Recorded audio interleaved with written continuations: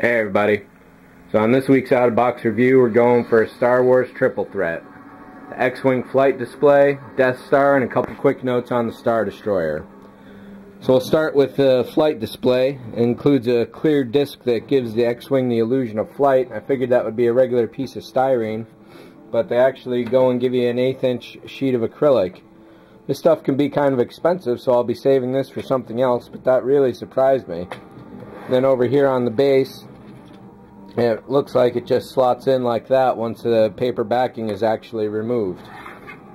Base is pretty simple, won't be using it. There's 12 steps in the instructions here, and 7 of which covered just the wing assembly. So I was kind of surprised about that, so all the effort will be going into the wings.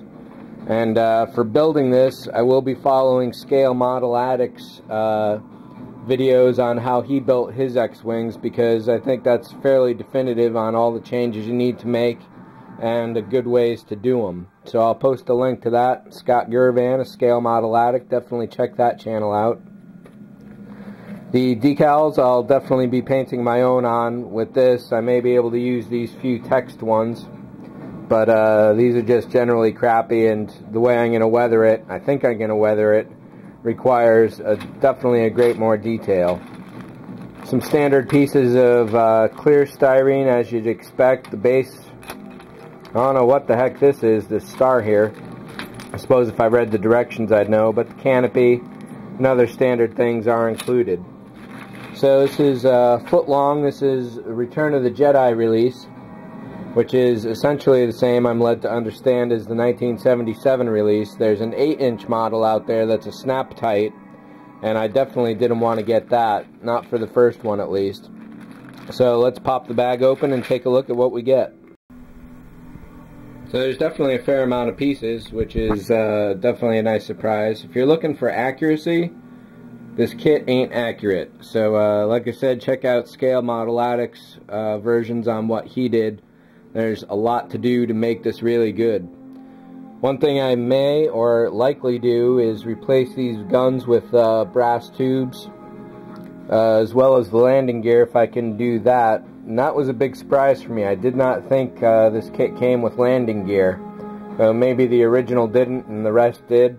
I don't know. I've only ever had one of these back when it first came out in 78 or so. Interesting little R2 unit. He'll be getting a custom paint job, and I don't necessarily know that I'll be doing red 1 through 5 on this. I may go for a blue squadron or maybe even some other color. I don't know yet. But the assembly is, of course, first thing to get done, and I can think about that over a while. The cockpit is detailed, but as to accuracy, I highly doubt it's got much at all. I don't see a pilot.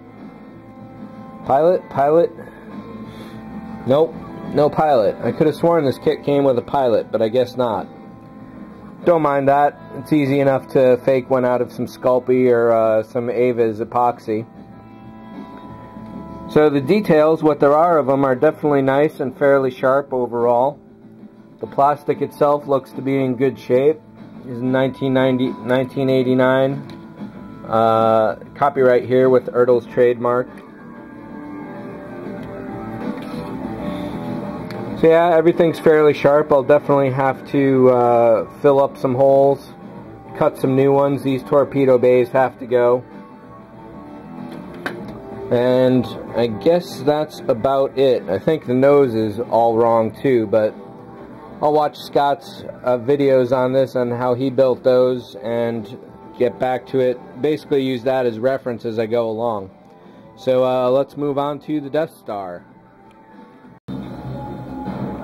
So I've seen this model sitting on my local hobby shop shelves for a couple years now, and it was a real surprise to me because I never knew they built a Death Star.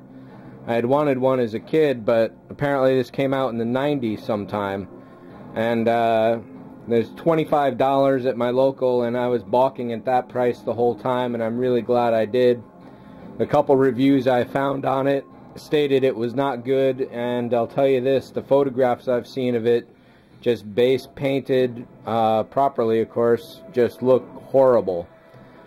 There's a lot of detailing to do on this. I definitely committed myself to fiber opticing this.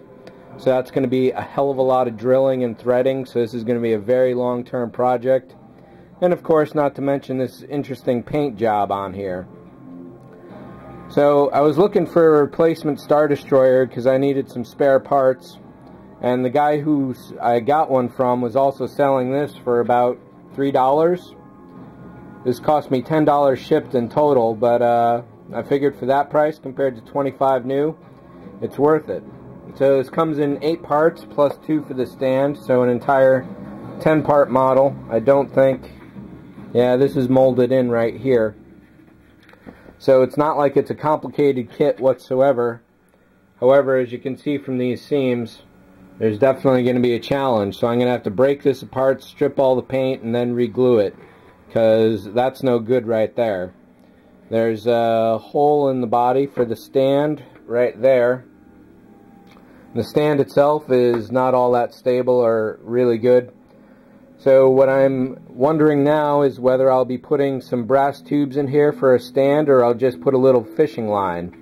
What I will do is this will be my first compartmentalized model insofar as it will be powered by a battery. Right now this looks pretty sealed. However, what the original builder did was he only glued a little part of it, and if I can pull this apart while holding the camera, hold on a second here.